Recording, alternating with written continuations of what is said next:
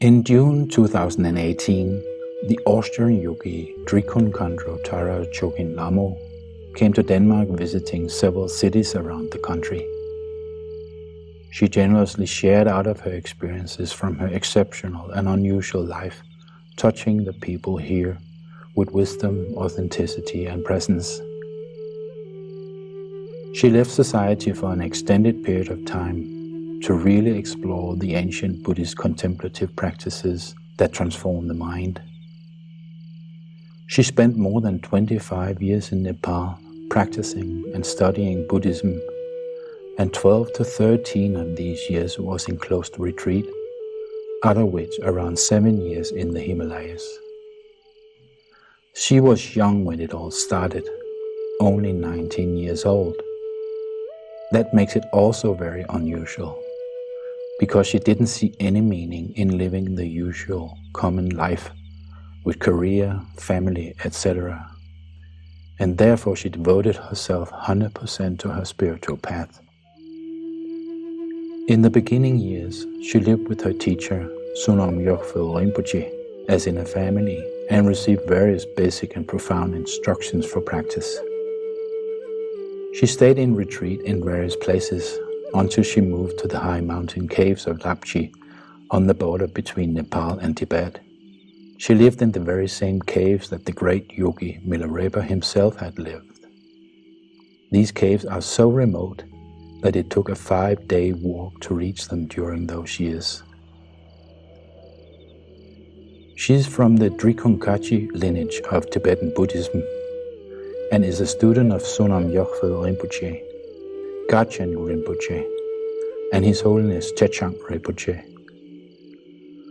Over the last 10 years, His Holiness asked Tara a few times to be the retreat master of various retreat centers.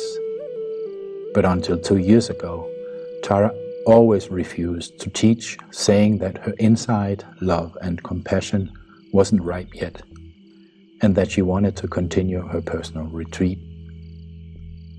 Last summer, His Holiness then titled her Drikun Khandro, after she already had got a prophecy in 1998 from the Drikun Khandro in Tibet. Tara is a rare one among Western spiritual practitioners and a very important bridge between the ancient Buddhist culture and our Western world, where the Dharma is in its beginning to take foothold, because she walked that ancient path just like the Buddhist yogis did in the past.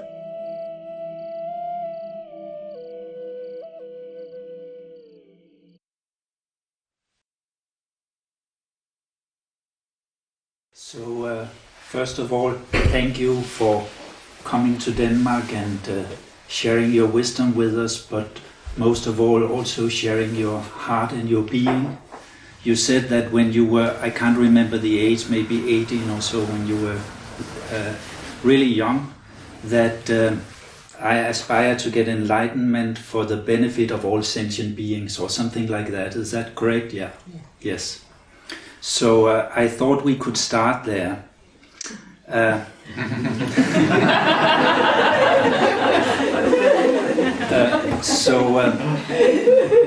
You know, enlightenment has kind of almost become a common word in society today, but there are so many concepts and ideas about what enlightenment is. So please tell us, what is enlightenment?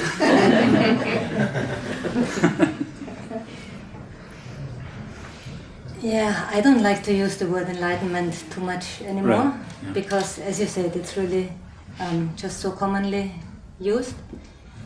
And in the meantime, it seems to me also, I don't know anymore what enlightenment is.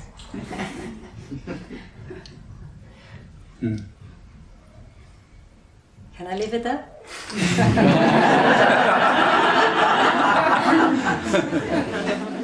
You know, as I said, that you know, there are so many concepts about what enlightenment is, and it seems that as spiritual seekers, you know, many of us, we have heard about it, we have read stories about it, have read books about it, and went to workshops and talks and heard about it, and we all want enlightenment on one level. Other day we want it, but maybe at another level we don't want it. You know, maybe at a subconscious level we don't really want it because the price may seem too high. Maybe you can comment a little on that. Well, in general, I would like to say enlightenment, I think, is nothing as special as we think. It's made such a mystic thing, and used in all kinds of contexts. And people think maybe enlightened beings can fly and they can do all kinds of wondrous things. That means enlightenment. But actually, it's just about really getting back, finding back to your actual being, to the what we also call nature of mind. It doesn't mean the mind that thinks and creates all kinds of emotions and thoughts and concepts. It's actually our innermost, the innermost space, we could also say maybe in the heart. That one which most beings are not in contact anymore with. We are always turned towards the outside. We look everything, we look in the outside. We look for happiness in the outside, we look for peace in the outside. We look for in fulfillment, satisfaction, everything we are looking for in the outside. But actually we do have this very special space within us that is also all-pervading, that connects all of us, that connects all beings, that connects the whole world. It's all-pervading to everywhere, to all sentient beings, but also everywhere. It's all pervaded from that very special space, source, which some Christians might call it like the God's blessing or the godly light. We in the Buddhism, we call it the Buddha nature. And we say all beings have this Buddha nature, this very pure, enlightened state actually, which is nothing more than a state that is free of turning outwards towards all objects and caused by these different emotions, desire, hatred, jealousy, competitiveness, pride, clinging, ignorance, all different kind of emotions that take us continuously somewhere. So it is that space within us that everyone has, and it also says everyone actually experiences it. We all experience it at different points of our life, but we don't know it, so therefore we don't appreciate it, we don't see it, we don't cultivate it. It's like a precious stone lying somewhere and we don't know it's a precious stone. We just ignore it. We saw it, oh there's something, but we step over it, we ignore it, because we don't know the preciousness behind it. And the same with this enlightened state within every one of us that we see sometimes. But as I said, nobody explains to us what it is in general. Nobody introduces that to us, so we don't know it. We ignore it and we can't cultivate it. But if we would know what it is, if we would go a spiritual path, if we would look for a teacher who would introduce us to that space within us, then we can start seeing it, understanding it, and then we can, and appreciating, and we can start cultivating it. So enlightenment is nothing really something mystic and great about something. It's just really finding back to your more innermost purity that all of us have. Okay, you were mentioning some of the things that make us kind of forget that enlightened essence or state. Like one of the things you mentioned were our clinging to objects. But you know, there's also the clinging to the sense of self, to the sense of me. And it seems that clinging may be the most difficult one to let go of, in a sense. But it also seems, you know, that even in the spiritual search, in the spiritual process, this little I or ego is very clever, you know, and find ways to come up again to and create an identity, you know, being more spiritual than others, etc. And or I'm a Buddhist, and or I'm a this and that, you know, I'm an Advaita Vedantist, and so on. So can you perhaps give us some advice how to be able to discern there and be able to see the more clearly that tendency for clinging to a sense of self, or this kind of spiritual ego, of course, a contradiction in words. Yeah. In a way, I think it's just, it's a natural thing that happens.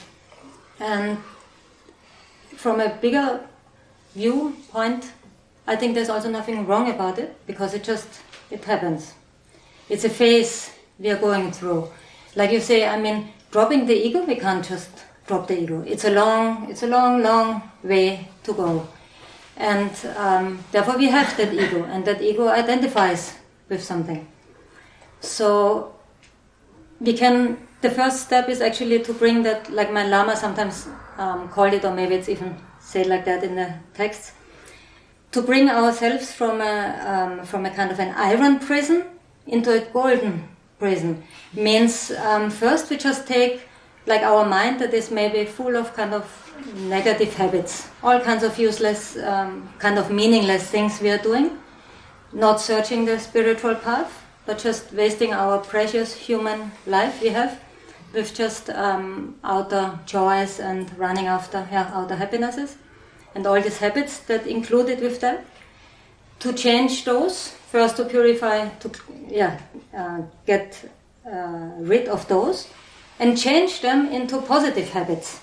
Means we are still in that in a prison, but we go into a more positive prison, into a golden prison. So means we are totally still in we don't have understood really deeply anything yet. We have not realized anything.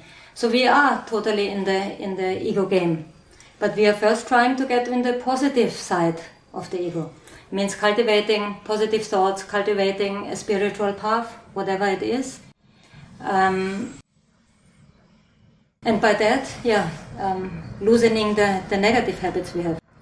So of course, it's a normal thing. Of course, people are building up egos again on that. Because we need an identification as something. People need an identification as long as they don't realize the inner space. So then people identify with the spiritual path. And we build up new egos on the spiritual path.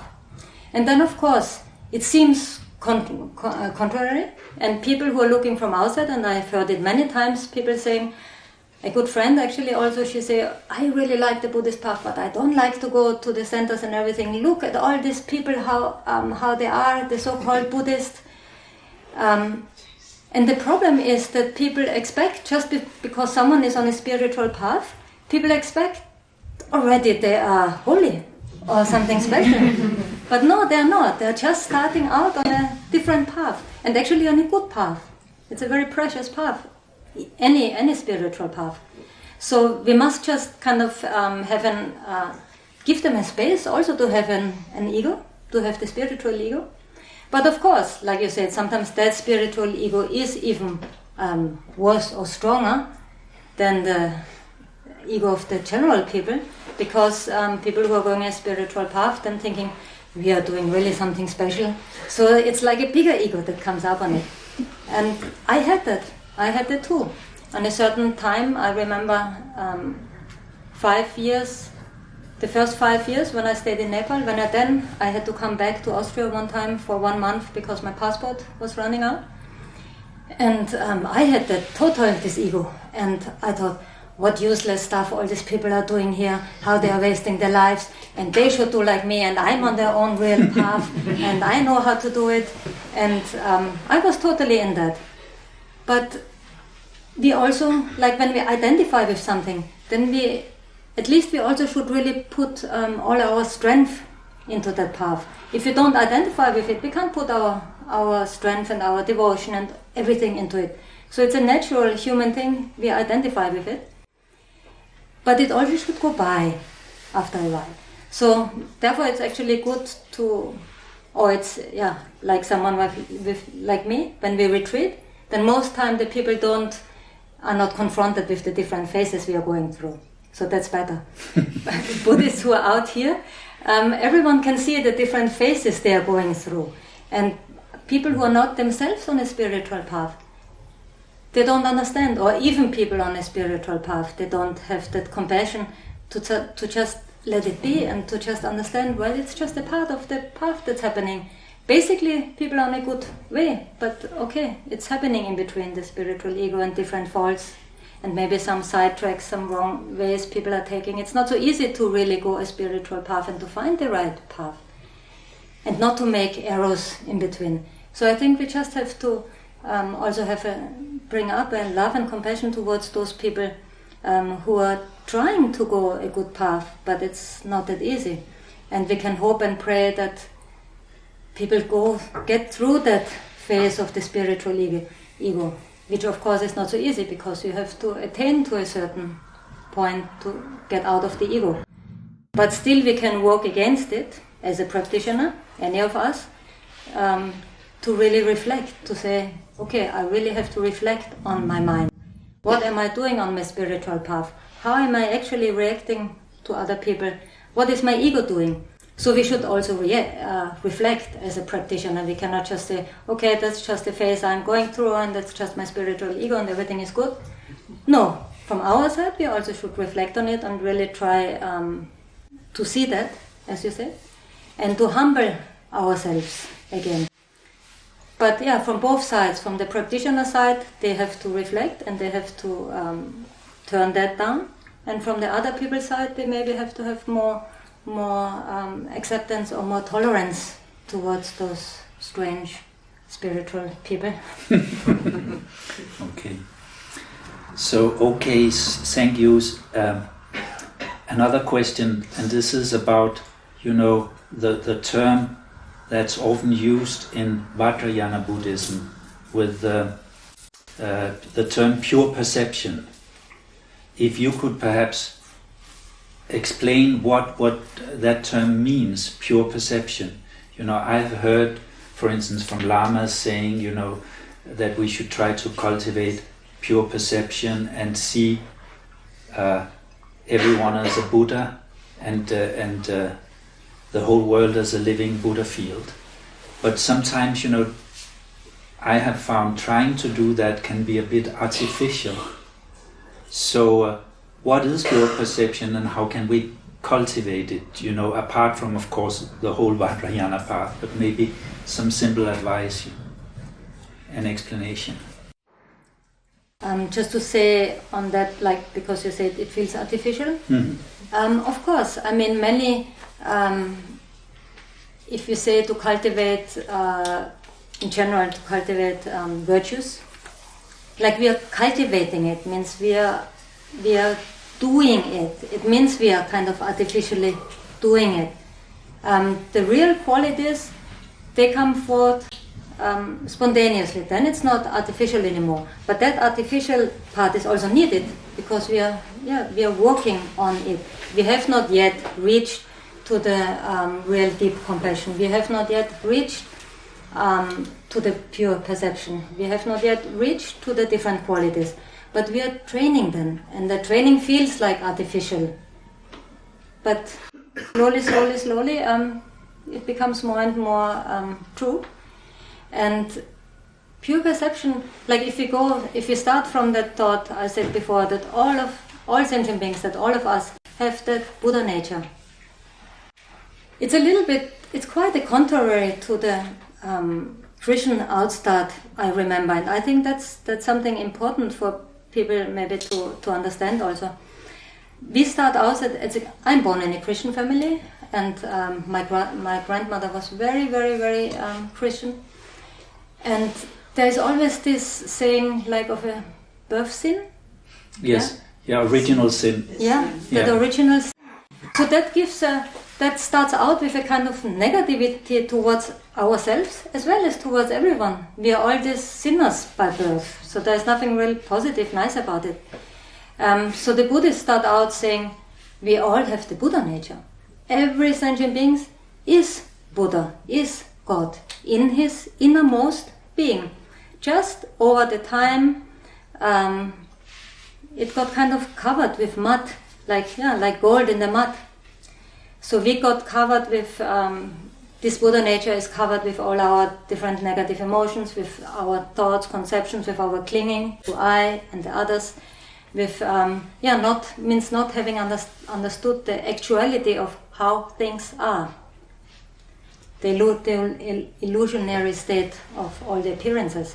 By not having understood that, we develop all this grasping, clinging, attachment, aversion, and but basically we say everyone has this pure Buddha nature, so we just have to clean it all out.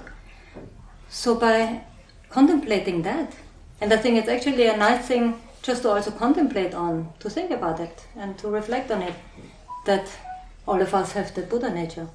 And the more we reflect on that, the more maybe we can also try artificially, just train when we look around at people.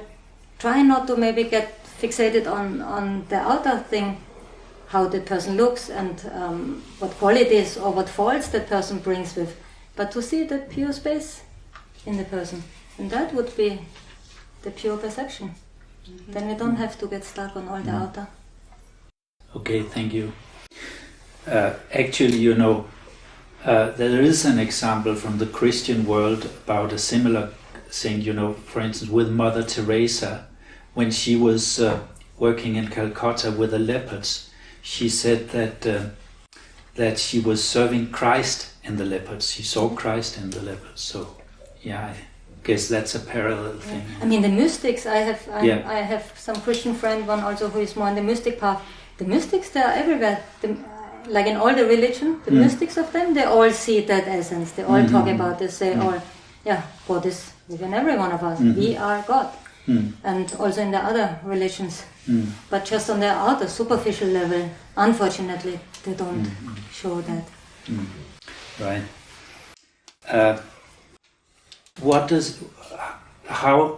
How is one a good disciple? What are the qualities for being a good disciple?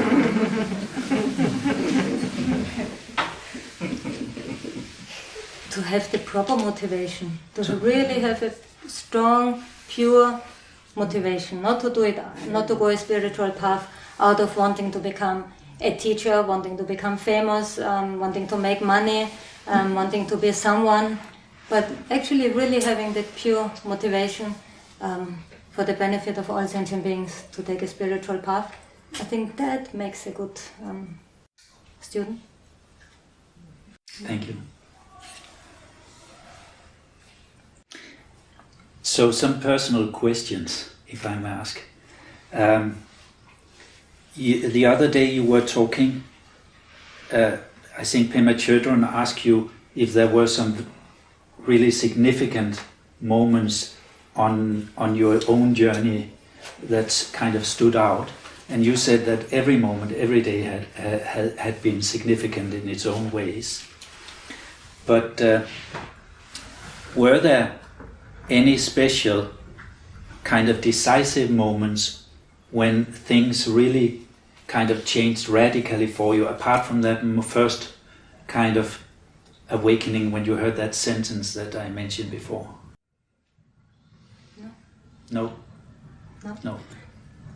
Because it's just this ongoing path. It's like always, I mean, maybe not every day, but it's again and again and again we are having, that's the beautiful thing on a spiritual path. There's always things happening within you, things you discover, again something is opening up, again something is opening up, again something is changing, going other way around. So it's continuously something really special happening. So, I really couldn't say. There are so many times on my path where so wonderful things have happened, also from the outside, that I can't really take out one or two. Okay, thank you. So, what you have, whatever you have read through your own spiritual journey, is that which you have reached, is that kind of irreversible for you? Yeah, you think it's irreversible that Yeah, you can't lose it again. Or? No way. No way. No way. You can't get caught up in samsara again. Or? No. Okay. Just no interest at all. No interest at all. Okay. Okay, thank you. Then, just the last question before we can open up to questions from all of you, and that is,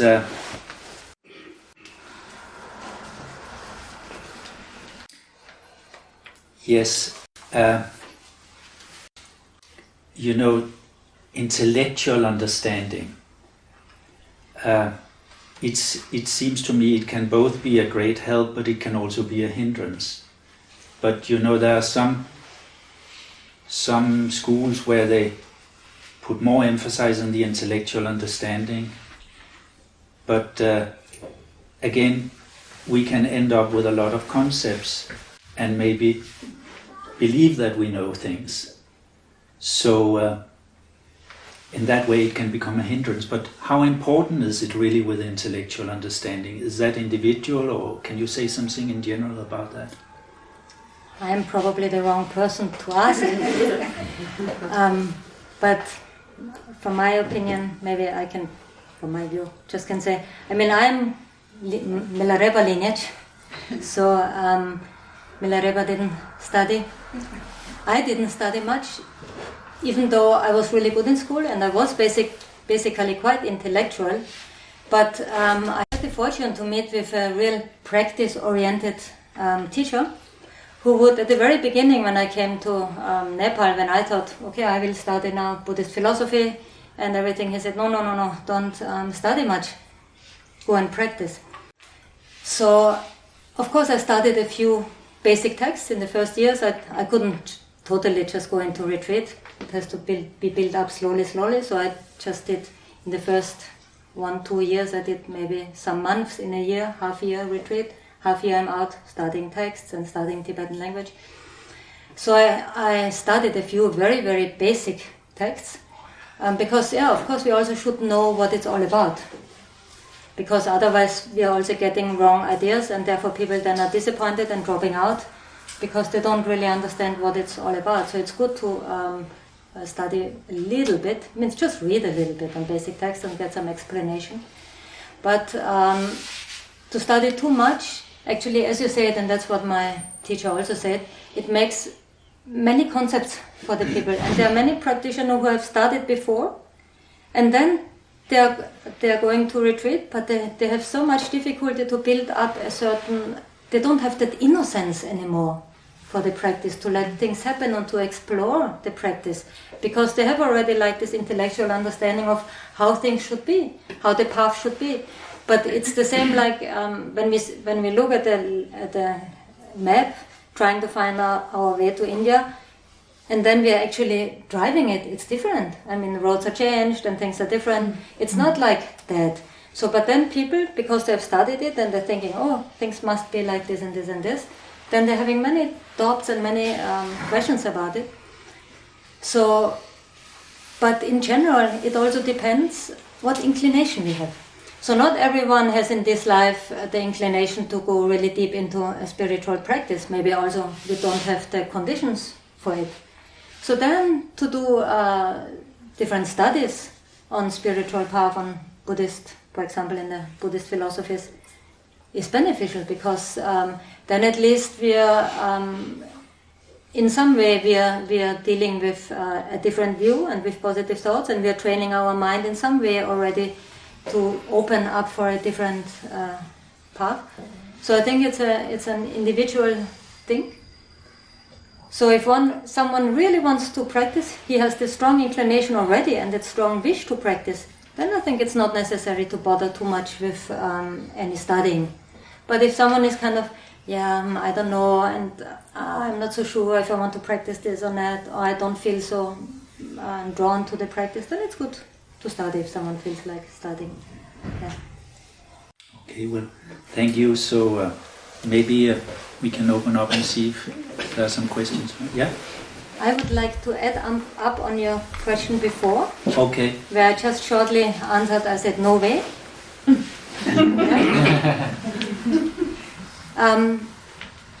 But people might misunderstand when what means getting caught up in samsara. Like, for example, I like to swim nowadays. I go swimming. I didn't swim for 20 years in Nepal. I like to go swimming now. I eat sometimes an ice cream. I watch a movie sometimes, which I didn't do for 15 years or so. But now I can do it because it does not get me caught up again. For 10, 15 years I did not listen any music, watch any movie, read anything other than Dharma. It also didn't interest me at all. And at some point, when you get into a deeper level of understanding, then that outer form of renunciation is not important anymore, because the renunciation has reached a much, much, much deeper level, where you're really basically not interested in samsara anymore at all. Means in finding happiness outside. I'm not looking for any happiness outside anymore. So I can open up again to let everything happen, whatever happens. So now I said for myself, for example, now it's time to take care of my body, which I didn't do for 20 years. So now I take care. So I swim, I do bicycle, I do everything that's of benefit. And sometimes eat a good apple pie. And sometimes eat a good apple pie. Those things is mostly, when people kind of bring it to me. I would never go and buy sweets, for example, but if they're right there, then I eat it. I hardly still also now, maybe once a year or twice a year, I actively press the button to listen to music. Maybe once or twice a year. Otherwise, I don't really have the desire, but I also don't mind someone turns it on. Okay, then it's just there and I can enjoy it. But I don't look for happiness in it anymore. So that makes the difference. From outside it might look sometimes, people might say, oh, so what, she's doing that stuff? But it's different. You don't wish for it anymore. What is your inner experience after so many years of spiritual, intense practice? It's a little bit difficult to express in words how I feel inside. I can just use the general words we have, and I know the general words don't meet it actually. I can just say there's just a very great joy. A joy which we actually don't experience through any worldly happiness. So it's a joy that is beyond it. It's a joy that is very deep, very peaceful, which doesn't want anything, which doesn't miss anything. It's just total content, and it's total open. It pervades everything. It includes everything. No matter what happens, you meet a nice situation or you meet a negative situation, you're being talked nicely to, or you're being, how you say, if someone uses really bad words? Scolded. No, not scolded, like really using... Harassed. Harassed, abused, whatever. Like one time in Vietnam, some years ago, I'm riding a bicycle on the wrong side, and that man had so much aggression. He called me all kinds of words, and he even kicked me off of the bicycle, actually towards the coming cars. But it didn't do anything. It only did really a feeling of, oh, I'm so sorry for this man. In what feeling, in what hatred, in what condition must he be inside? So it's a joy that is not shakeable from anything. And together with this joy, what I just said, and compassion that's coming, which is not about your own happiness anymore, because you have this joy which is beyond everything, so it's not about your own happiness anymore. It's really a compassion that just feels with the suffering and with the difficulties of people around, and just wishes to help them. And the joy you have inside and the peace that you have inside starts overflowing. So that's all you want to do? No, I don't have any longing to belong anywhere, because, like I said, I'm fully at home. I feel fully at home, and I feel fully at home with whoever I am and wherever I am. So, and I don't belong, because if you rest in yourself, also this difference, this distance between you and the others, it starts falling away. I feel with all of you, I feel like we have known forever. There's no feeling, there's never this feeling of there's strange people. No, it's not. So there's no wanting to belong, because you also don't feel disconnected. You really feel connected to everywhere. And as I said before, that joy, that peace we are getting once we are resting in ourselves is totally beyond any happiness you can get out there from any things, from boyfriends, from anything. So I'm not interested, and I don't long for any of those things, but I'm open now for everything also.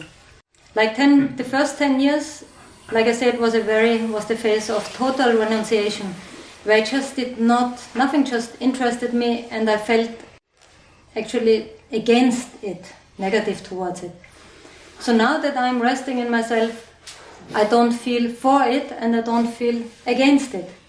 Now and I don't have to take my life anywhere. I don't have any plans anymore. I don't have any aims anymore. I have nothing I'm trying to run away from. I'm nothing trying to run for. So I can just let karma unfold, the karma between me and the people. I can just let it unfold and go with that flow, whatever happens.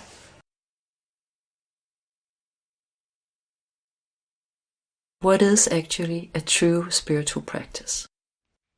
As nowadays, as I hear from many people, there are all kinds of different esoteric and New Age paths out there.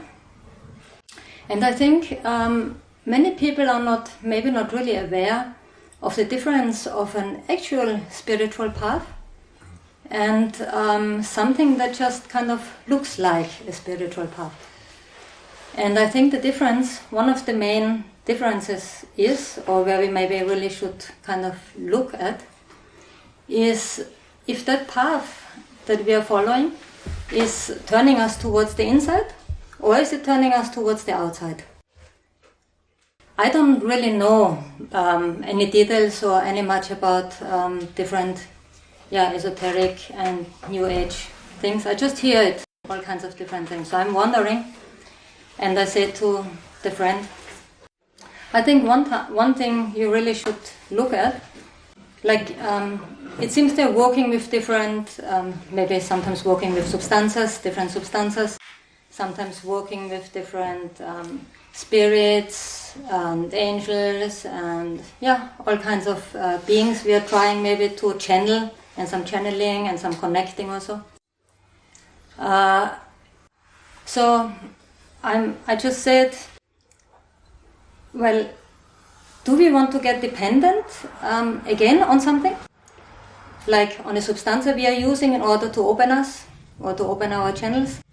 Or some spirits, some angel or some any spirits we are connecting to in order that they are helping to, I don't know, see something or feel something?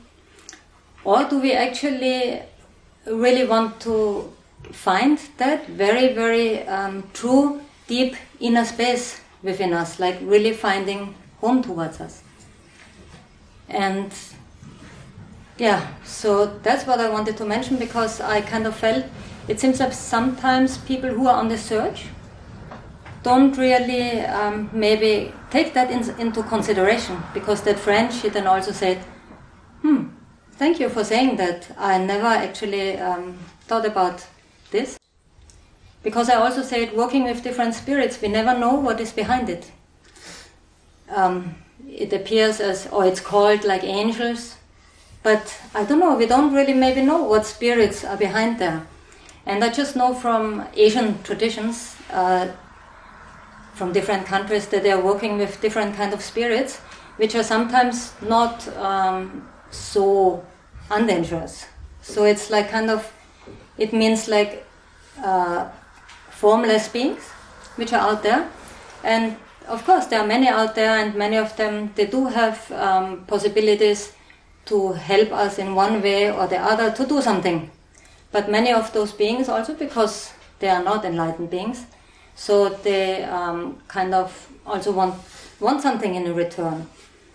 And also, actually, my friend Kartik has told me something about also some Indian medicine system, one very, very old system, where they also sometimes use those spirits.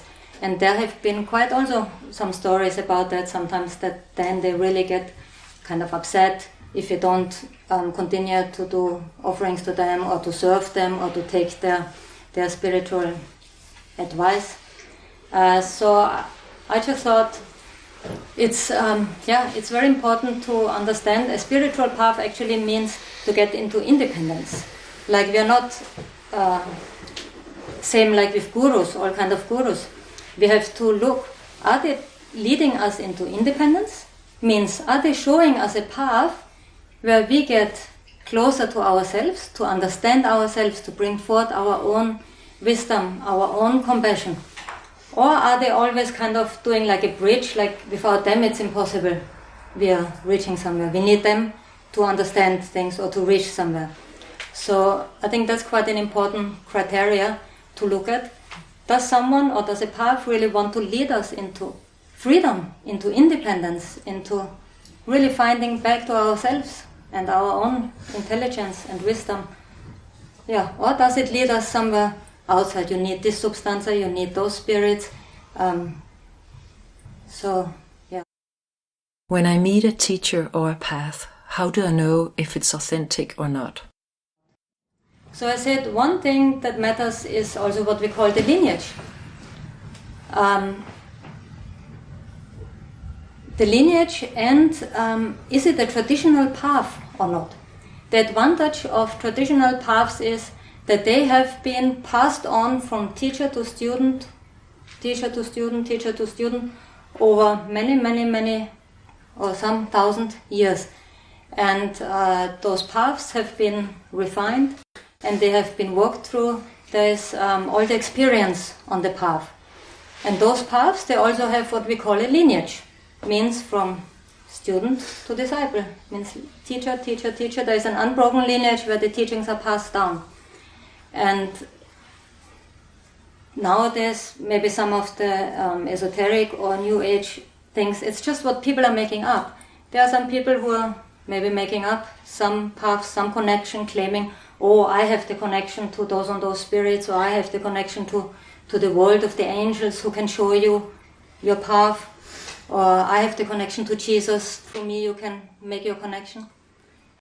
So I just said, just be aware about it, just look into it. What does it do with you? Where does it lead you? What substanza do they use? And yeah, be aware of maybe not wanting to depend on substanza or on bridges like for a long time. For a moment that someone is there who kind of guides us, that's of course we need that for a certain period. But we should understand from that guidance already, like if we really intelligently look into it, where it's going to lead. Can you give some advice on the student-guru relationship, seen from the perspective of our Western background? We have to understand that the teacher is actually, he's just an outer symbol. Because as we said, all the path is about going in, not about going out. So our teachers, they are only an outer manifestation of that pure place within us, that Buddha nature. We call it Buddha nature, we can call it godly nature. That pure nature within us. So the teacher is a manifestation, an outer manifestation of that. So we have to, through the guru, we have to understand, we have to find the inner guru, means this inner beautiful place. And to get there, maybe we can instead of identifying too much with the outer person or the outer figure of the teacher, we can try to see that pure space in him and try to connect with that pure space and try to melt our pure space with that pure space, and then just be in that pure space without having concepts about the teacher and the person.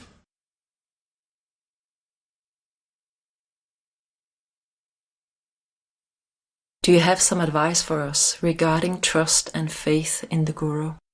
We have to really listen to our heart and to our intuition, how it is feeling about that person. And if we feeling doubts, then we should be careful. But even if we don't feel doubts and we feel very faithful and that person is very trustful, but then if we see things are happening, like I said, you feel the teacher might ask you to do things. I know a few things happened in the last years, but then it's also, to keep the responsibility, to keep the intelligence to say, actually it doesn't feel good for me. I don't feel that feels right, what the teacher is asking me to do. And then you should keep also the courage and say, it doesn't feel right, that's not good. The problem is that many times people want to give up the responsibility. We just want to give it away and we want to be carried by someone. That might go back to the childhood, or I don't know from where it comes, but I think it's just within, it's maybe also just a human nature. It's the same thing a little bit in the Christianity, when we just want to pray to someone and please help me, please carry me, please do everything. We want to give the responsibility fully away, which is actually not the Buddhist path. It's the total opposite. It's all about taking your own responsibility.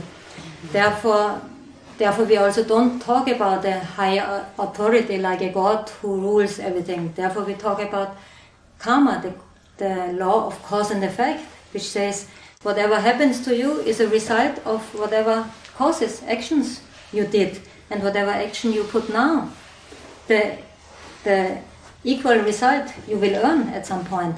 It's no one judging you, it's no one praising you, it's no one raising you, it's no one putting you down. It's you, yourself, your body, speech, mind, actions you do. That's all. So it's actually really a path about self-responsibility. But this certain maybe weakness in us, thinking, it's just all too much, we think we can't reach to that enlightenment point or to that very pure place in us. It seems very difficult to get there. And then we just want to give ourselves to someone where we feel he has reached the point, and then we just say, please, just take me there. I will do anything you want. But that won't take us there, and it's not the right attitude. We must keep responsibility, and with this we must be careful. Open, like really open and trustful, but intelligent. Will you comment on the practice of the unfabricated mind? There is not much to comment on it, because we have to get there. Yeah, you have to, through whatever path and through whatever practice one is doing, one first has to experience that unfabricated state. So there is not much to comment on it. I think everyone who does experience through whatever method or through whatever merit, whoever experiences that unfabricated state will understand spontaneously, intuitively, that that's the only thing to cultivate, to try to keep up, to try to get there again and again and again. Because the totally uncontrived state, that is that space in us. That is that pure space we want to get to. So not much to comment on it. Just we try to get there again and again and again. And try to stabilize it, try to deepen it, try to widen it, try to take it everywhere. How would you regard Jesus from a Buddhist perspective? Yes, of course, a bodhisattva. Like when we say a high-level bodhisattva, he has, he abides in the nature of mind. So, and in that nature of mind, everything, everyone, all the Buddhas, all the bodhisattvas are included. And Jesus, if he is the Son of God, then definitely he carries God in him. means the Buddha nature, means the godly nature, means the everything. Yeah.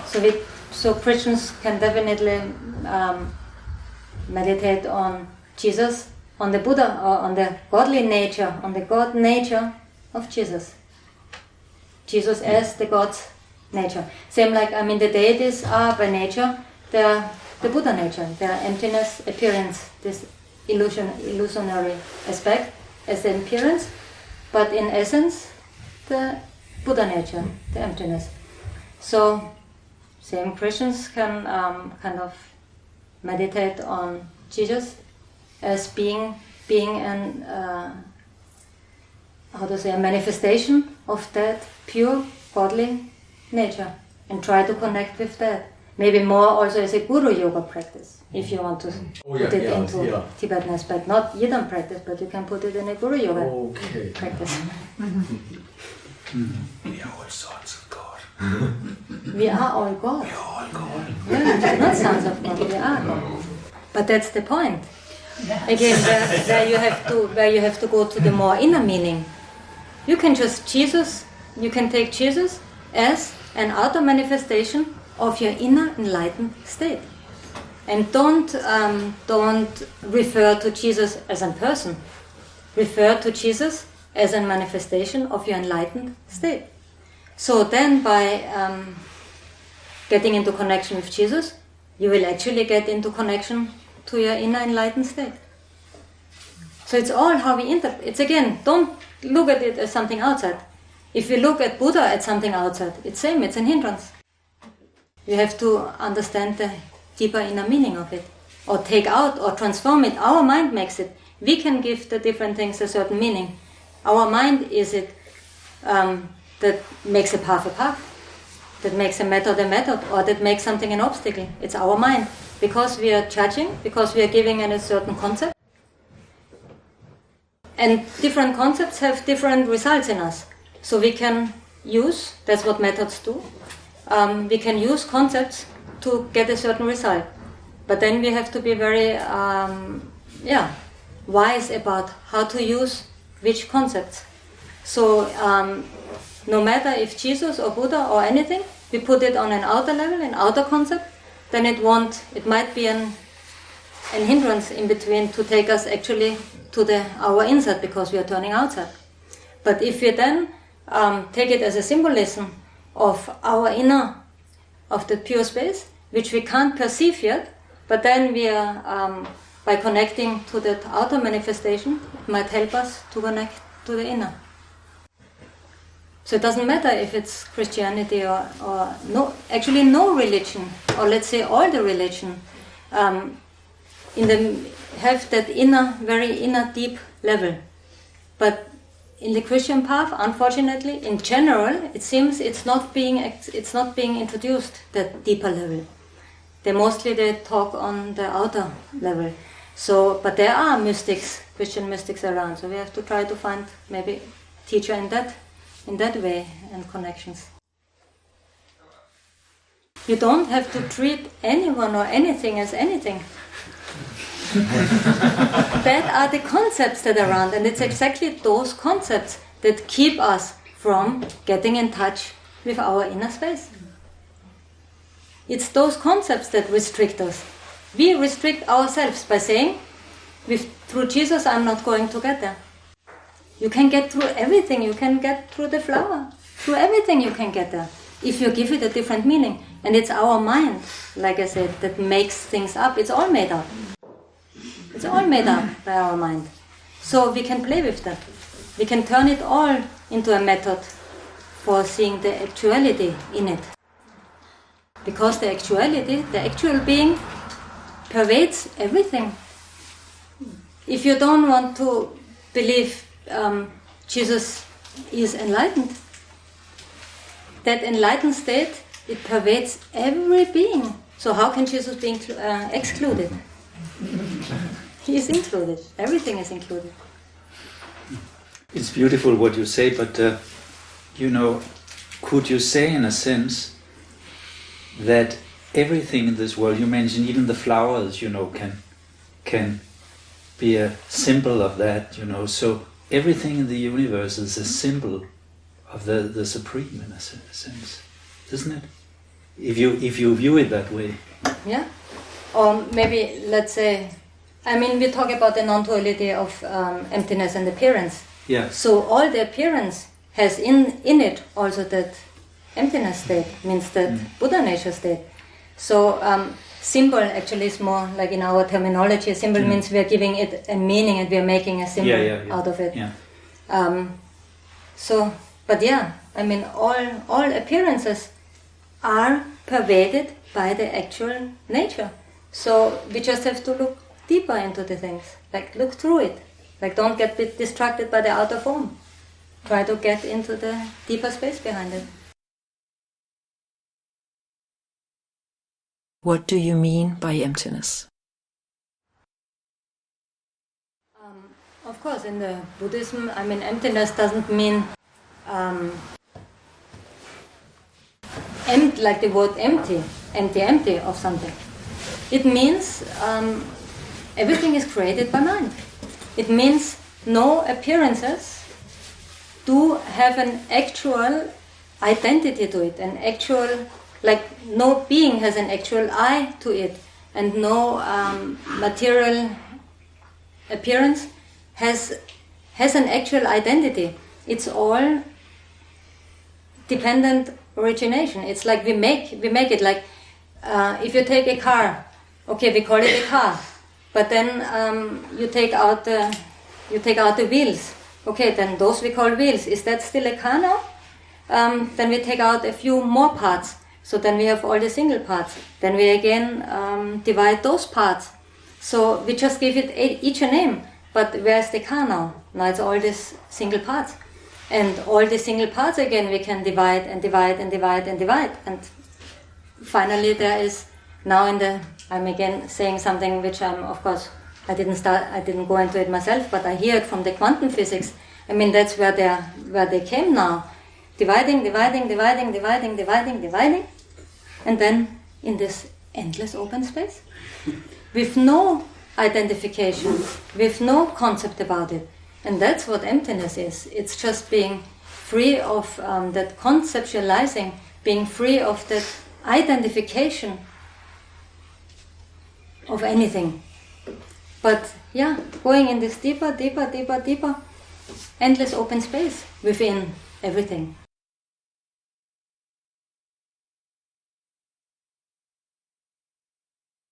What is your view on how Buddhism is unfolding in the West? That's a very good question, because my own feeling also quite changed about it in the last few years. Like you say, it's very commercialized. Teachings are on YouTube. Advertisements are done for teachers who are coming. And sometimes even I saw advertisements in a way, even also like that. If you book quickly a ticket, it's like only half price. It's like less price. This kind of thing. Early bird. And when I saw that a few years ago, I felt like vomiting. I thought, oh wow, that's terrible. And I really did not like it. And I thought, I never want to be part of that. But now I completely see it differently. Now I see it just through the eyes of compassion. Now I can understand it. I thought that time, how can the lamas, how can the teachers let something like that happen? But it's not about them. It's about the place they're in. It's about the environment they're in. And that's our time nowadays. And the lamas, they don't have an opinion about it. They don't judge it. They don't say it's good, it's not good. I mean, it's just where we are. And out of their compassion, they just let it all happen. Because, yeah, that's the way how you reach people. And it's a different thing. Of course, many people want to reach many people, but they do it out of a very selfish thing. They want to become famous, they want to make money, they want to sell a product, they want to sell themselves, they want to do something. But the Lama's compassion is just saying, because he sees the suffering, And like I said before, the compassion and the joy is just overflowing. You just want to share it. So you're accepting it all. Whatever happens, whatever people think they want to share you, you just let it happen. And I said last year, 2 years ago, when I first started out with my first talks, this woman, she had asked me for 2 years, please come and talk, please come and talk. And I always said, why should I come? There are so many great masters out there. I have nothing to say. I don't know anything. It's not necessary. She always said, oh, you don't understand. It's different because you're a Westerner, you're a woman, you're not monastic. So it's really different. And after 2 years, I finally thought, okay, I give in, let's try it. And I said to her, and I really meant it, I said, okay, let's have one talk. That was in London. And I said, if all the people fall asleep, and if they laugh about me, and if nobody is interested, then you will understand that there's no point about me talking. But it didn't happen. And I told to her also, I don't care if people laugh about me or I make a fool out of myself. I just try to give what I can. And I really don't mind people think it's good or it's not good, it's valuable or not valuable. I can just offer what I can offer. And that I do with love. And that's good. So yeah, it is commercialized, but that's how our world is nowadays. So just let it be in our case.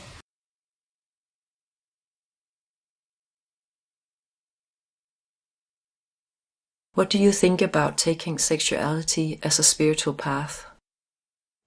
It's I just can say it sounds nice, it sounds great, it sounds nice, but it's a very difficult thing to do. So I think we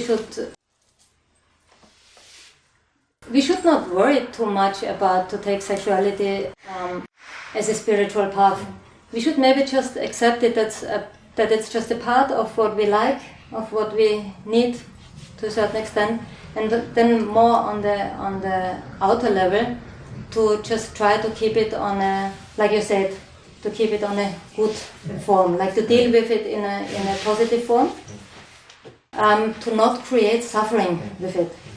I'm not a friend of putting up rules how we should deal with our sexuality, monogamy or not monogamy or this or that. But I think one basic thing we should just set for our mind if we want to go on a spiritual path, whatever we do, not only the sexuality, but whatever we do, try not to harm anyone with it. Try not to create suffering through it. So be very aware how you deal it, in a more open way, in a more closed way, whatever. But try to find a good way not to create suffering. And because, to take it on the path is something really difficult.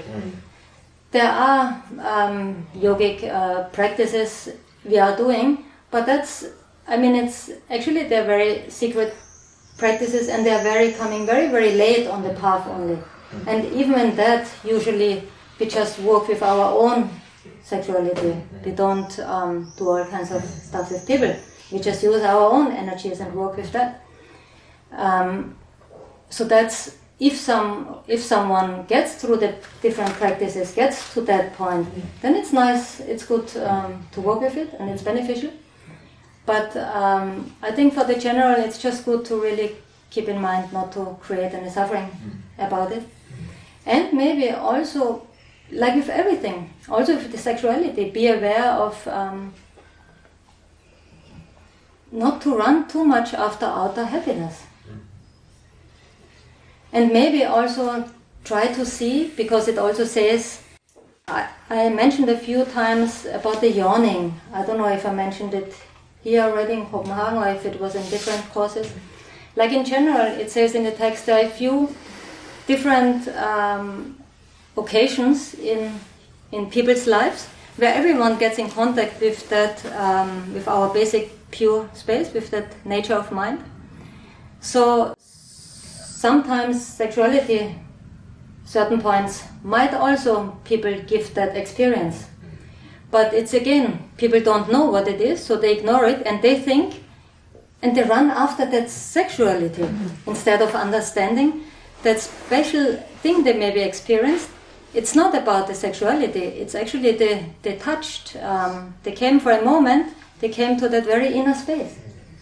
So if we understand that, then it's also not about, oh, I want to have sex again and again and again. No, then it's like, oh, how can I get to that inner space also in another way, like through a spiritual path. So we can use our sexuality maybe to try to find that connection, or to just watch it, what's happening. And if we are sometimes having that very special state we are getting in, to maybe try to look at it, what's happening right now with me, where I am. And maybe to start appreciating just that moment of that space we are in. And letting go from that outer form that brought us there. Yeah. And then instead try to go a spiritual path that takes us there. Because with the sexuality, again, we are dependent on someone else, like in a general thing. So it's again, I mean, the thing about a spiritual path is to make ourselves independent from outer sources, like not looking for the happiness in outer sources. But it's just explained as an example that, that everyone actually does experience those states of the nature of mind in different moments in his life. And if you can glimpse it, if you can understand it, then that would be the motivation to go a spiritual path and to say, oh yeah, that's where I actually want to reach. That's where I want to go to. Can you say something about the importance of willpower and balance in our practice? Balance is something very important. The willpower, definitely we need willpower for anything we want to reach, any aim, any goal. Also on the spiritual path, you need quite a strong willpower. I needed a strong willpower. Now I don't need it anymore. Now it's not there anymore. It's also not needed. But we also have to understand, and that's where the patience have to come in. The law, like I said, the law of cause and effect. And we have to understand we can't control everything, and we can't just say, that's where I want to go to, so that's where I'm going to. There are many conditions that have to come together. We are bringing different habitual patterns with us. We are bringing different inclinations, strengths, weaknesses, more merit, less merit, certain karma. We are bringing lots of conditions with us. So willpower can sometimes also make things very stiff if we stick too much to it. And it brings forth frustration if we don't get what we want. So patience is very important, connected with that understanding that we can't control everything, and that we have to let a certain flow happen. So mostly nowadays I say, I don't talk much about willpower, but more about aspiration. If we really want to get somewhere, we should have that clear aspiration in ourselves. But we can't push things. But if we have a clear aspiration and we are really sure about it, conditions start coming together, and the flow comes and it kind of takes us to the right way. Many times people have a very strong willpower or something, but it's actually not what they really want deep down. Therefore conditions not coming together. And then the willpower is also of not much help, it's just a hard struggle. I mean, we can sometimes really force things, and we really struggle, and we might get our results. But on the way, people are getting burnout. And burnout means for me, I feel, that's because we are not in the flow, we are not in our own flow also. So I think it's very important also for people to really go deep into themselves to find out what we really want. And then really put an aspiration on that. Like always just carry it inside and try, look around, see what's happening, what conditions are going, and then see if the flow comes. Be open that it can happen, that it can take us there. But I don't think it's too useful to enforce things. And then it needs the patience. It needs the patience to let conditions come together and take us where we want to go. So we need a good balance of both. But I always say you can't also not just sit and wait. So you have to have that aspiration and you have to walk softly towards it, but don't enforce things. And we can feel it, it doesn't make us happy, it gives some tension in us. So if there is a strong tension, it's a kind of an indicator that we are pushing and forcing too much something which is maybe not ready yet. And then it's good to step a little bit back and be patient. I personally had exactly that topic 10 years back, end of 2008. And I I suddenly got into a state where I got almost crazy. And then I found someone where I had the feeling it was not I talked to my teacher about it and he said, actually I can't understand what's happening with you, it shouldn't happen. Where you are now, that actually is not possible anymore. But I said, well, anyway, it is like it is. And that time I heard about one Kandroma living in India, and I suddenly had this strong feeling that she can help me. So I went to see her, and that was exactly the point. And she made it clear to me. I was just pushing too much. I didn't have the patience to wait. She said, you practiced all these years, you did everything, you planted the seeds, you put the conditions, the water, you watered, you had the sun, you have everything there.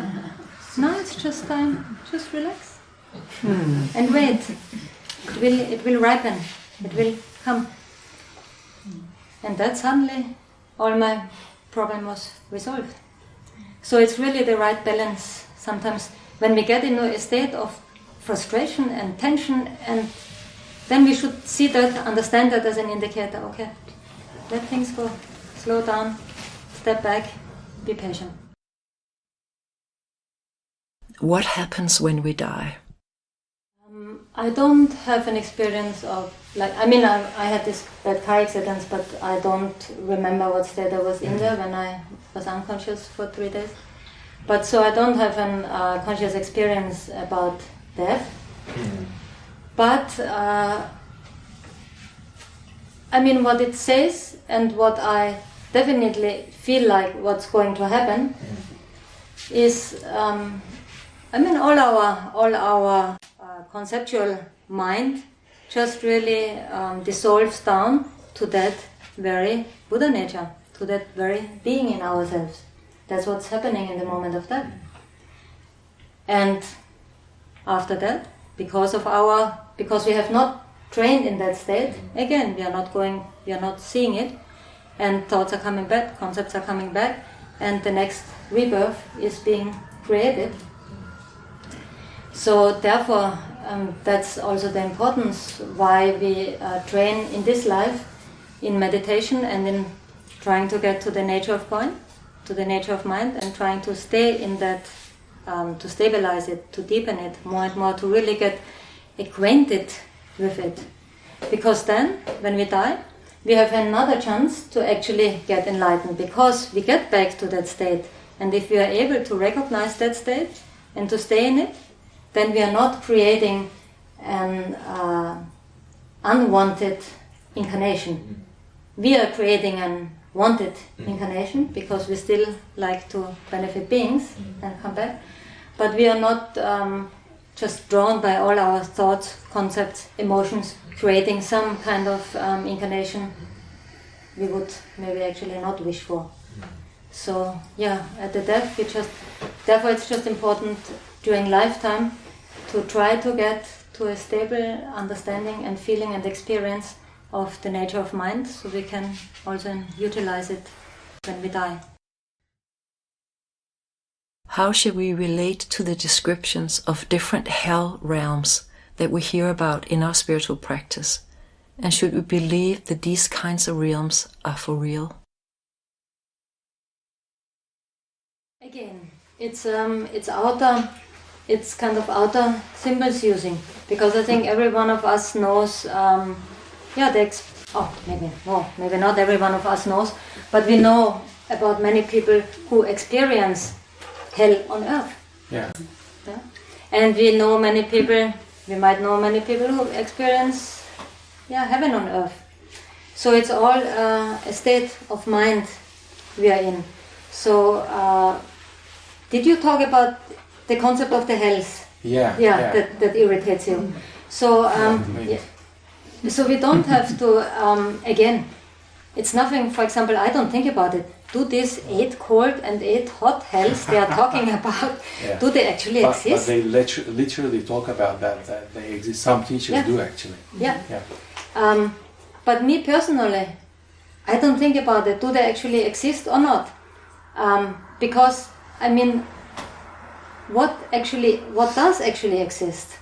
I mean, that's again on that point when we go into the deeper understanding of appearances. It's all an illusion. So on that level, like you can dream anything, can't you? Like in a dream, you can suddenly be killed. You can be in a hell. You can be anything in a dream. It's all created by our minds.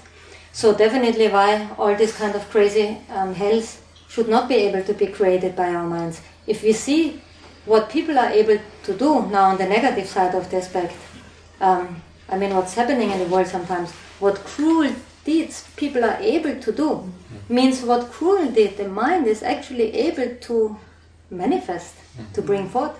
Then it's not surprising to say that there are also those hells, because all appearance is a creation of our mind, the state of mind we are in.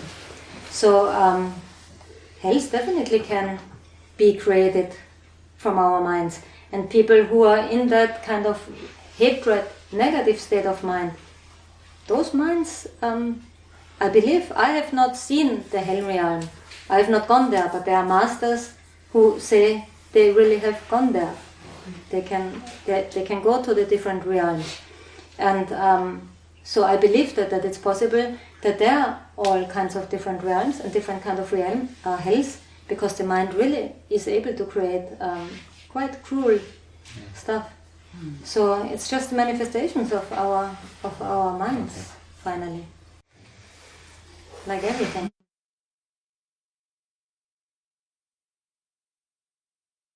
How can we distinguish between a subtle meditation experience and the experience of nature of mind? Usually when we really experience it, we know it. I mean, that's the point. I mean, actually nature of mind cannot be explained. It cannot really be explained. It can only be felt by that person. And I like to say in general, as long as we have a question about what we just experienced, it probably was not the nature of mind. If we experience the nature of mind, we will not have a question on it anymore. It's just, we just know it. And maybe that's how you can distinguish it.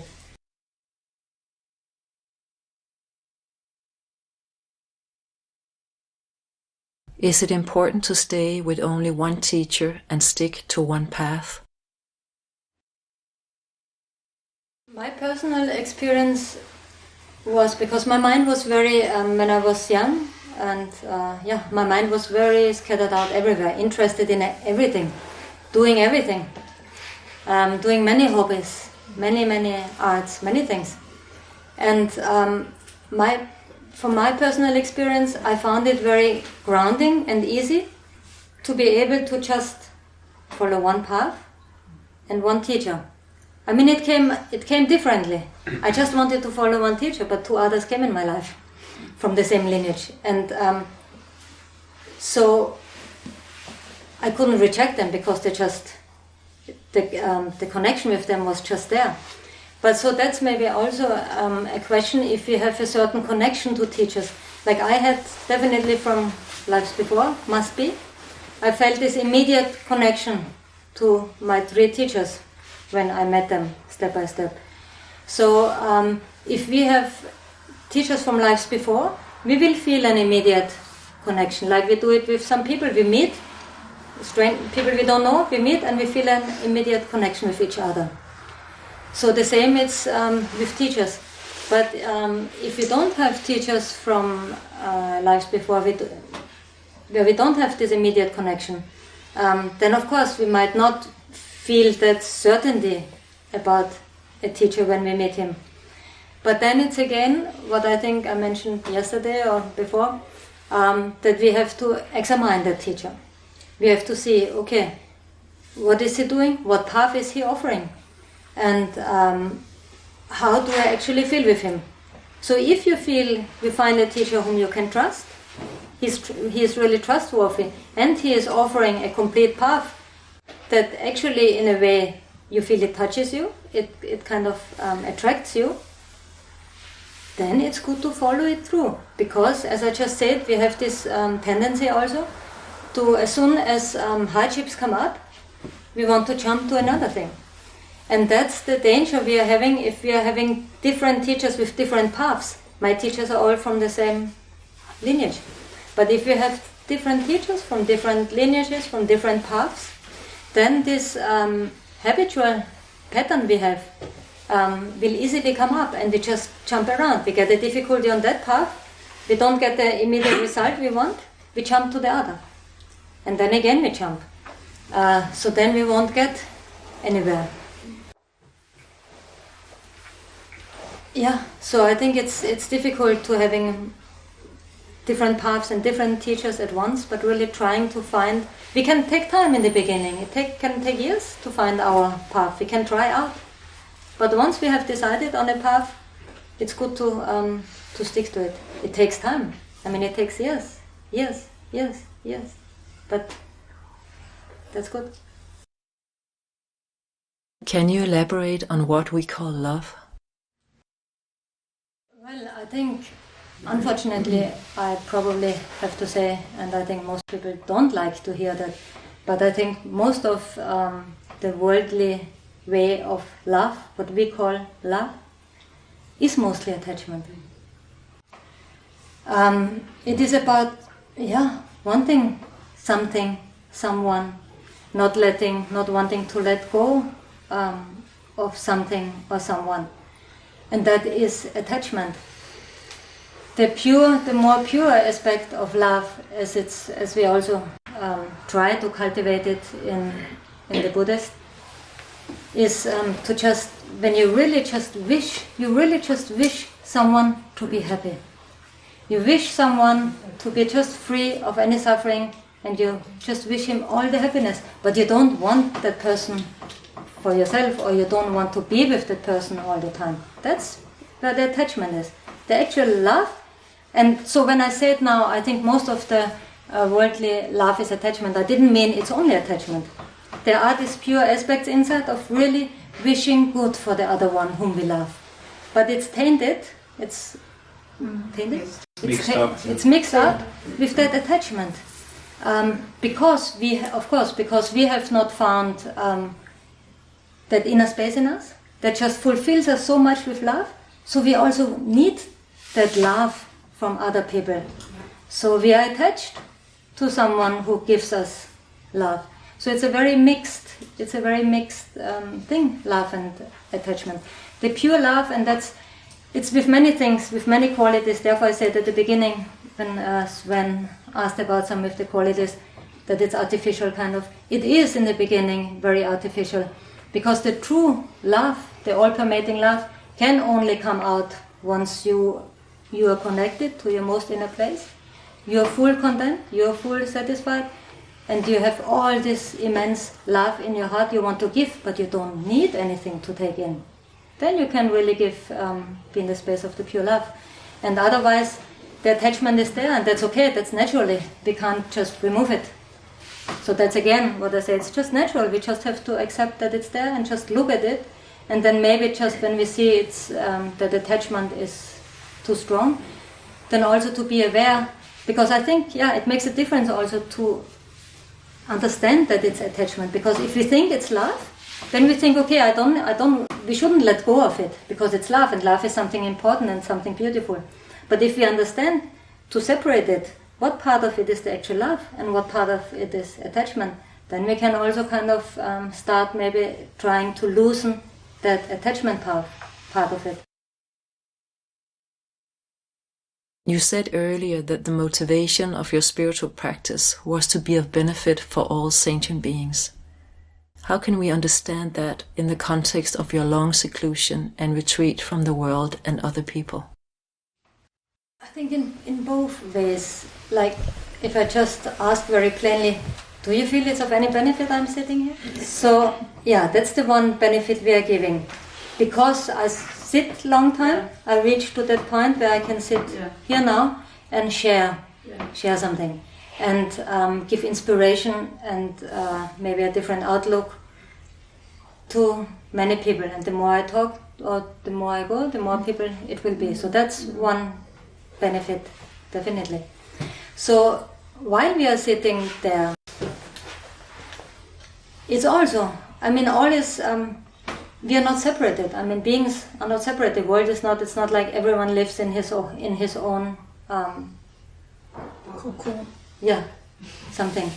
Cocoon. We are all like this Buddha nature that connects all of us.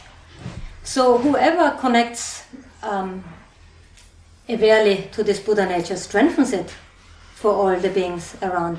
And the more positive energy, that might sound very esoteric. People always talk about good energies and about negative energies and spreading good energies, but there is something about it. Mm-hmm. So if whoever puts his mind into a more positive energy, that's what we're also sending out. Maybe from this experiments with the water, they froze it. Yes. Yeah, and the different crystals that came out about talking, about with good energy and with negative energy, what it does. So it has a big imprint. Our thoughts and our energy we give out through body, speech, and mind. And we can experience. It can immediately, our mind can immediately change the whole surrounding, the way people are in. If your energy is really good, you can quickly change also all the negative energy of the people. So it does a lot. I'm saying it a little with my own words, please correct me. But in a sense, we are very close to the Buddha nature, or whatever we call it, the nature of the mind. But because we are fixated on outer objects, then we kind of oversee it. But even then, maybe sometimes there are small glimpses where we almost touch it, but we don't notice that so much. But let me ask you a funny question. Have you ever been in London? Yes. Have you traveled with the underground in London? Yes. Have you heard sometimes over the loudspeaker in the underground, they repeat, "Mind the gap, yes. Mind the gap." Yes. So, whenever I'm in London and traveling in the underground and hear "Mind the gap," immediately I go into meditation. So I think those gaps, like it can sometimes be if you listen to some beautiful music and then there's a moment of gap in the music, or sometimes we have a conversation and then a sentence stops and there is a gap, and it's as if these gaps seem to be very important somehow. It's like a door opens in these gaps. Maybe you can elaborate a little about the importance of the gaps and minding the gaps. As you said, in the gap, something can open. Something can open if our minds are not going on fabricating something.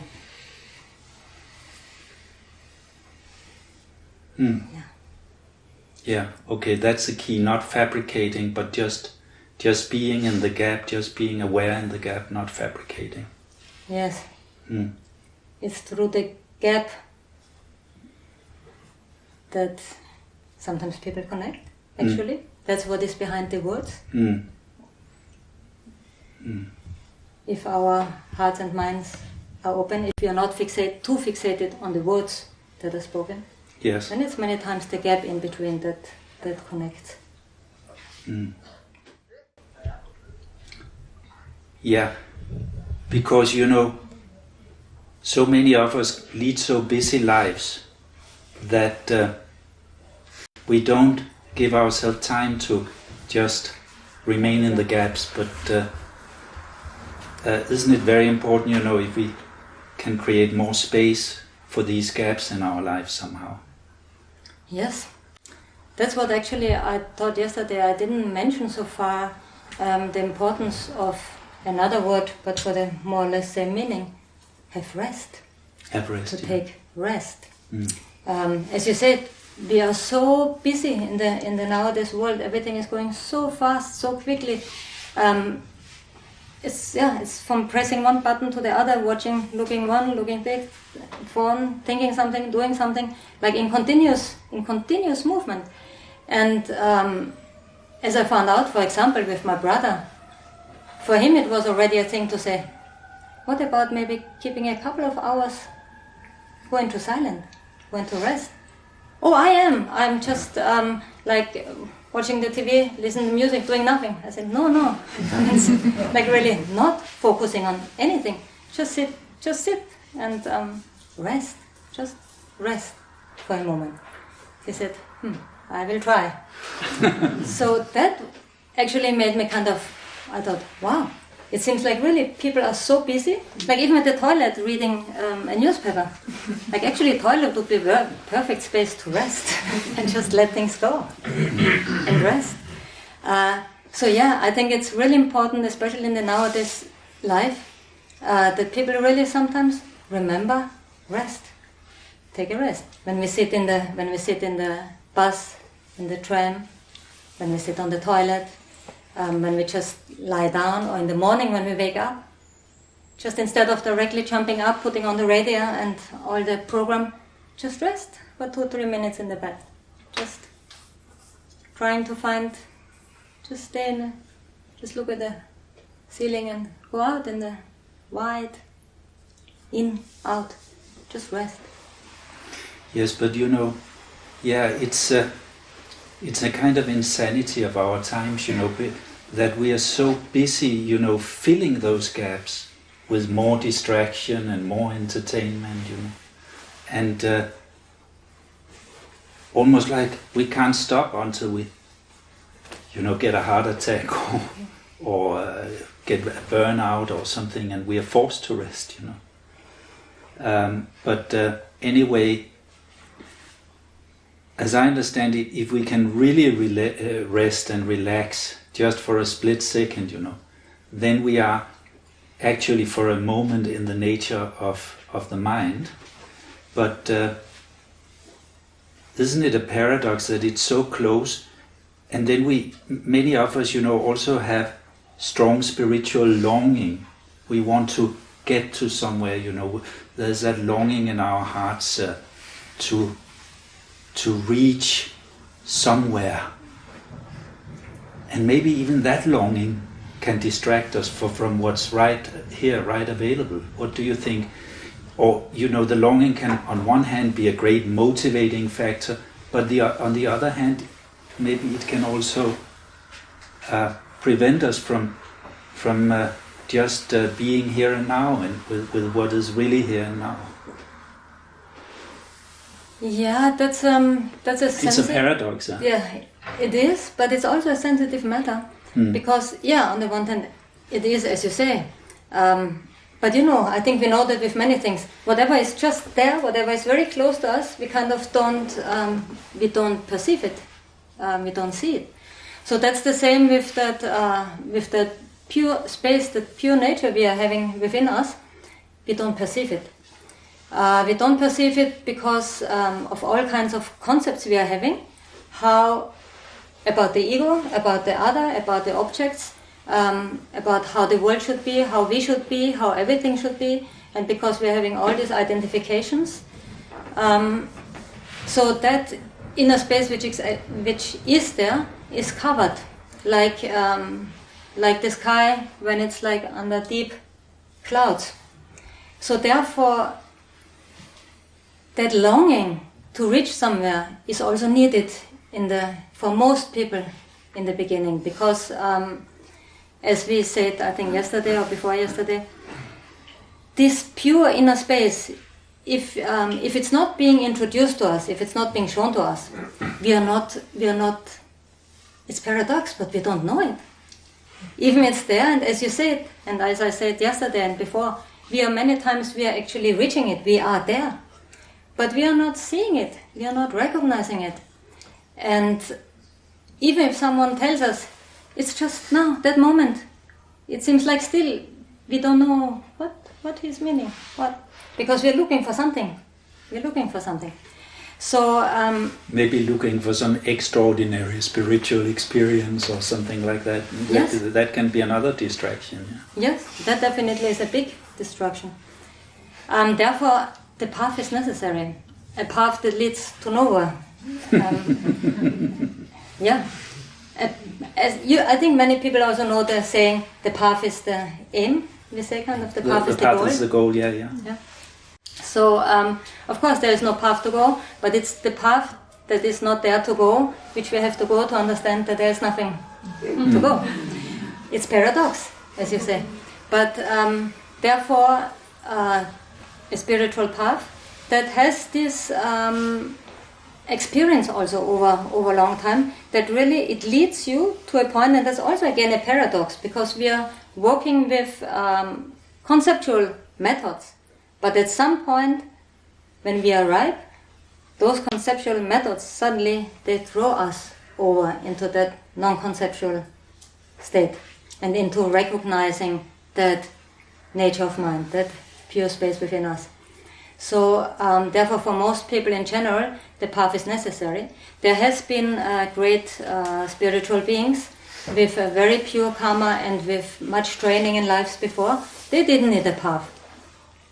For them it worked at the right moment. They met the teacher, and the teacher pointed out the nature of mind. That's it. And the person understood it, was in. But that's quite seldom. Usually because we are so full of our habitual tendencies and habitual patterns and identifications and concepts, we just cannot let them go easily. If we could just let them go, then it's right here, it's there. In this moment, everywhere, for every one of us, it's there. But it's not so easy to, unfortunately. Also, when we talk about the nature of the mind, then, as I see it, in fact, here we reach a level, excuse me for the language, because level may not be the correct word, but we reach a state or non-state or whatever, which is kind of beyond culture, beyond even religion, beyond even Buddhism. And therefore I think that even people who are not drawn to the Buddhist path can be inspired by hearing about the nature of the mind, because it's a kind of, as I see it, a universal experience that here I've even also heard, lamas who are following a very traditional path, when you come to there, then you're no Buddhist anymore, you're no identity. And you see, in my personal path, for years I kind of resisted taking refuge, because, just take on another identity. But I did it in respect for the lamas, and the way I could justify it for myself was, okay, to take refuge to the Buddha means to take refuge to my own Buddha nature, which is, and to take refuge to the Dharma means to take refuge to my own path, and to take refuge to the Sangha means to take refuge to all my friends, the spiritual friends who join me on that travel, that journey, And so in this sense, refuge is even universal, Yes. But can you talk more about the significance of taking refuge? I think it's very beautiful, as you already said it. As I said yesterday, it's also for me now, I'm just new starting out talking. And I have gone a very, very traditional path, and I had a very strict traditional teacher. But I already understand since a year or two that that's not the path that is working in the West. And that's also not, like as you said with the Buddhist also, I personally don't feel like a Buddhist anymore, and I don't see it as a special Buddhist thing. Like you said, it is really an universal thing. But I just can mention, because there are so many paths how to get there. There are countless paths how to get there. But the only path I know, of course, is the path I went. So it's the only path I can, with assurance, I can say, okay, it's working like this and this and this. I had my own experiences in that, so that experience I can offer as a help to people. But at the same time, I'm always saying there are countless paths. It's just that one I can offer because the only one I went. And so therefore it's also my wish. I'm really trying to take out the Buddhist especially like these ritual things, the Tibetan cultural ritual things, and also the Buddhist terminology, and try instead to find the universal language that just fits for everyone. But it's not that easy also. Like I said, it takes time, and it's an experiment also to find out on which level of language do people understand, or what do they actually want. And also people are not same. Some they want that language, some they like another language. So it's also very individual always with whom we are sitting together, trying to feel or trying to find out what language to use. And therefore with the refuge, of course I know it, you know it, we know it only from the Buddhist concept, that word refuge. We take refuge in Buddha, Dharma, Sangha. But as you said, it's the deeper meaning of it we actually should take refuge in. And that's also something that's a little bit more special, I think, to the West, because people are, like we said, the minds are quite trained and quite smart. So in Asia, Buddhism is also always started out on the outer level. You don't explain much. But that doesn't work for Western smart people who are really also thinking, why should I, like you said, why should I take another identification? I have already Jesus, that's good enough. I'm trying to maybe get myself independent from that, so why should I now start get into dependence with Buddha or with Dharma also? But then, therefore it's important to understand the inner meaning or the more deeper meaning of it.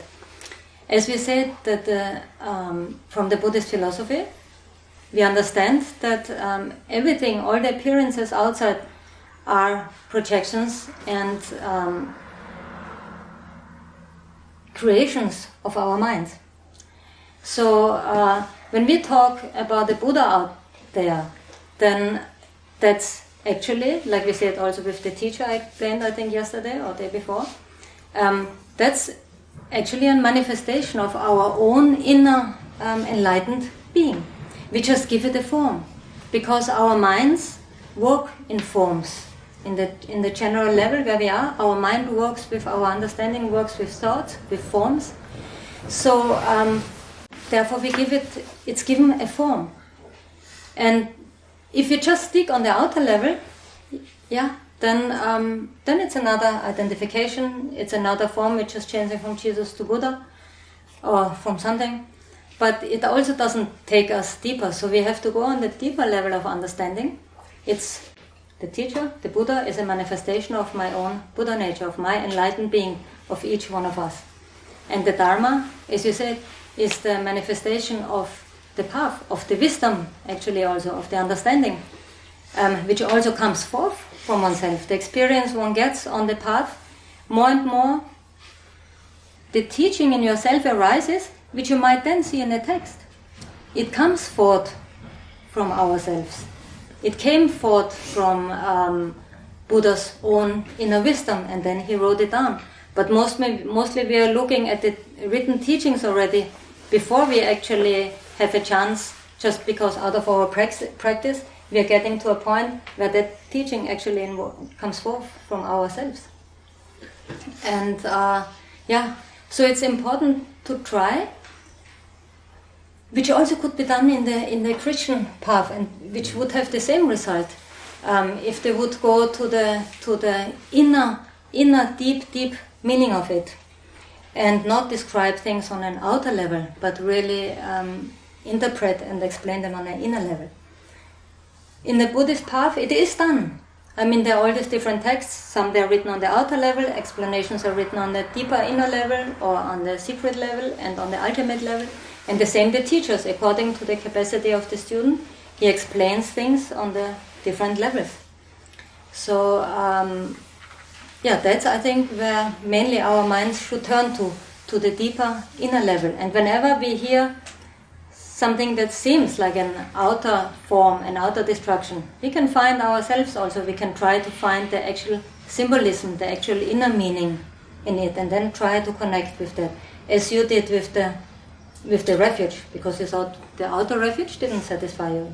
But then you found the inner meaning, and you could take refuge in that.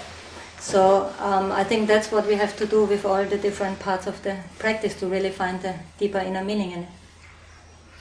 Yeah, because depending on our background, our cultural background, our history, and maybe also our karma from past lives, there are different symbols that kind of evoke a response in different people. For some, seeing like the figure of Christ, may evoke the sense of something sacred and evoke a sense of devotion, Christ or Mother Mary for others, Tara for others, Shiva or Ganesh or whatever. But most people may, as you indicated, maybe have difficulty in directly relating to the formless dimension. So we need these symbols, but at one point we also need to let go of them and transcend, isn't it? So Yes. But so these symbols are kind of, they all point in the same direction. Yeah. But as they say in Zen, we get stuck with a finger pointing, so we don't see the moon. Yeah, and definitely that is also necessary, because there are all these fightings and wars in the world from the religion. It's ridiculous, because like we said, it's just different outer forms. But where we actually want to go to in all the religions, in the most inner, it's the same. But people are just so stuck on that outer, and then grasping so much to that. And then the whole ego and the whole identification goes there, that we even kill each other for it. So therefore, it is really, really important in all religions to understand that that it's about that inner, pure space that pervades everywhere, which is just everywhere in all sentient beings. There is no difference between any religion or any state or anything. And therefore it really has to spread. It really has to spread, to go more into the inner meaning, and to stop all this differentiating and saying those are evil, those are bad, we are good. We have to go on the more inner, deeper level.